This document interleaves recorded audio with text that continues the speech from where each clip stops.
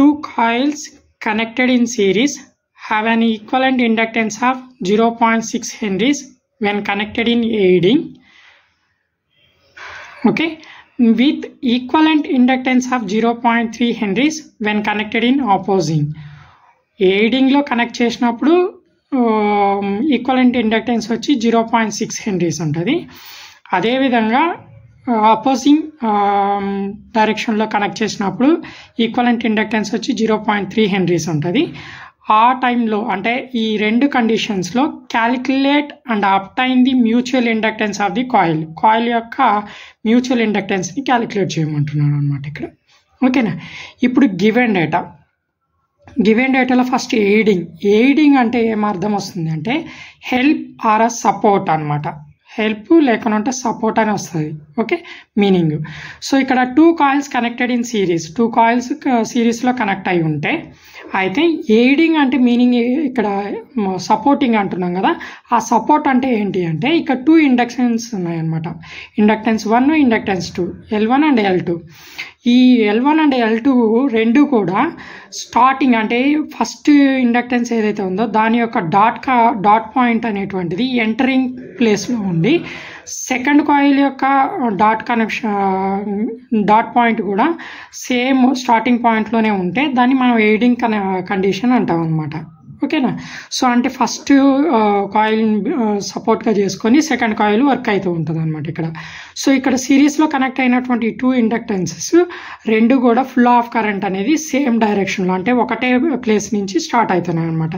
ఇక్కడ మనం ఒకవేళ మీకు ఏమైనా డౌట్ ఉంటే కనుక మనం ఆల్రెడీ డాట్ కన్వెన్షన్ ఏవైతే ఉన్నాయో different types of dot conventions ఆ టాపిక్ కూడా మనం పెట్టున్నాం అనమాట. సో కావాలంటే మీరు ఆ టాపిక్ని విజిట్ చేసి చూడండి.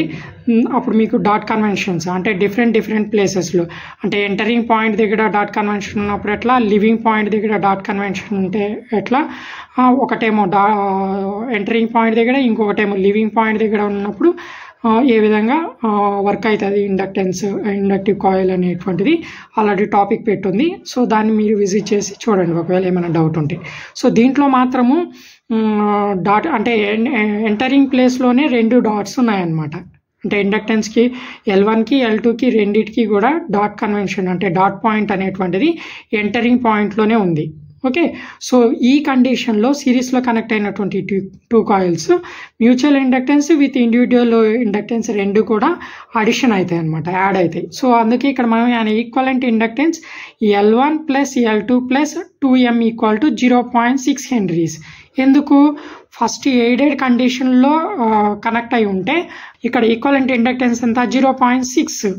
ఓకేనా, సో ఈక్వలెంట్ ఇండక్టెన్స్ అంటే టోటల్ ఇందులో ఉన్నటువంటి ఈ కాయిల్ యొక్క ఇండక్టెన్స్, ఈ కాయిల్ యొక్క ఇండక్టెన్స్, ఈ రెండింటి మధ్యలో ఉన్నటువంటి మ్యూచువల్ ఇండక్టెన్స్ అన్నీ ఈక్వల్ టు 0.6 హెన్రీస్ అనమాట. ఇది ఈక్వేషన్ నెంబర్ 1. ఒకవేళ టూ కాయిల్స్ కూడా సిరీస్లో కనెక్ట్ అయి ఉన్నాయి బట్ కానీ ఆపోజిట్ టు ఈచ్ అదర్ ఉన్నాయన్నమాట. ఈ రెండు కూడా సిరీస్లోనే కనెక్ట్ అయి ఉన్నాయి, ఇటు నుంచి వచ్చి ఇట్లా కంటిన్యూస్గా సిరీస్లోనే కనెక్ట్ అయి ఉంది. ఓకేనా, బట్ కానీ ఇక్కడ టూ కాయిల్స్ కూడా ఆపోజిట్ టు ఈచ్ అదర్ ఉంది. ఎందుకు అంటే ఈ ఇండక్టెన్స్ L1 అనేటువంటి దాంట్లో డాట్ పాయింట్ అనేటువంటిది ఎంటరింగ్ పాయింట్ దగ్గర ఉందన్నమాట. ఓకేనా, అదే సెకండ్ కాయిల్లోకి వచ్చేటప్పటికి కూడా ఎంటరింగ్ పాయింట్లోనే ఉంది. బట్ కానీ అది ఎట్లా ఉంది అంటే రివర్స్లో ఉందన్నమాట. ఇట్లా దీనిలాగా కంటిన్యూస్ సిరీస్ కనెక్షన్ కాదనమాట, ఆపోజిట్ కనెక్షన్ అనమాట. ఓకేనా, ఇలాంటి కండిషన్లో ఏమవుతుంది అంటే equivalent inductance L1 + L2 - 2M. ఓకేనా, అంటే ఇక్కడేమో +2M అయితే సిరీస్లో కనెక్ట్ అయ్యింది, డాట్ పాయింట్ అనేది సేమ్ ఎంటరింగ్ పాయింట్లోనే కనెక్ట్ అయి ఉంటే కనుక అది L1 + L2 + 2M అనమాట. ఇక్కడ L1 + L2 - 2M అనమాట. ఓకేనా, సో ఈ కండిషన్లో మనకి ఏమి ఇచ్చాడు, ఇక్కడ ఆపోజిట్ డైరెక్షన్లో కనెక్ట్ అయి ఉంటే when connected in opposing direction అయితే అప్పుడు ఈక్వలెంట్ ఇండక్టెన్స్ ఎంత 0.3 ఇచ్చాడు. సో ఆపోజింగ్ కండిషన్లో ఈక్వలెంట్ ఇండక్టెన్స్ వచ్చి 0.3 హెన్రీస్. ఇది equation number 2. Then add two ఈక్వేషన్స్ని యాడ్ చేస్తే, ఎందుకు ఫస్ట్ మనకి ఇండివిజువల్ ఇండక్టెన్స్ కావాలి అంటే then first we're going to add two equations, then we can get here L1 plus L2 plus 2m plus L1 plus L2 minus 2m, ఎందుకంటే ఈ equation రెండు add చేస్తున్నాం ఇక్కడ. ఓకే, సో యాడ్ చేసినప్పుడు నీకేమవుతుంది, same అదే విధంగా దీని యొక్క వాల్యూ కూడా ఈక్వల్ టు అవతల ఉన్న వాల్యూ కూడా మనం యాడ్ చేయాలన్నమాట. 0.6 అండ్ 0.3 వాల్యూ. ఓకే, సో దానికి విధంగా చేసినప్పుడు ఇక్కడ ఇదేమో ప్లస్ 2m, ఇదేమో మైనస్ 2m, ఈ రెండు క్యాన్సిల్ అవుతాయి. ఇంకా ఈ L1 ప్లస్ L2, ఇక్కడ కూడా L1 ప్లస్ L2 ఉంది. సో కాబట్టి 2L1 ప్లస్ L2 అవుతుంది అనమాట. దట్ ఈస్ ఈక్వల్ టు ఇవి రెండు యాడ్ చేస్తే 0.9 వచ్చింది. ఇప్పుడు L1 plus L2 equal to ఈ 2 ఇటు సైడ్ తీసుకొస్తే నీకు బై అవుతుంది. 0.9/2 equal to 0.45 Henry's. So L1 plus L2 equal to 0.45 Henry's అనమాట. సేమ్ అదే విధంగా మనకి మ్యూచువల్ ఇండక్టెన్స్ కావాలి అంటే ఇక్కడ subtract the opposing from aiding. So రెండు ఈక్వేషన్ని సబ్ట్రాక్ట్ చేయాలన్నమాట. సో ఫస్ట్ ఈక్వేషన్ ఏముంది, L1 plus L2 plus 2m. So అది ఇక్కడ రాసాం, L1 plus L2 plus 2m.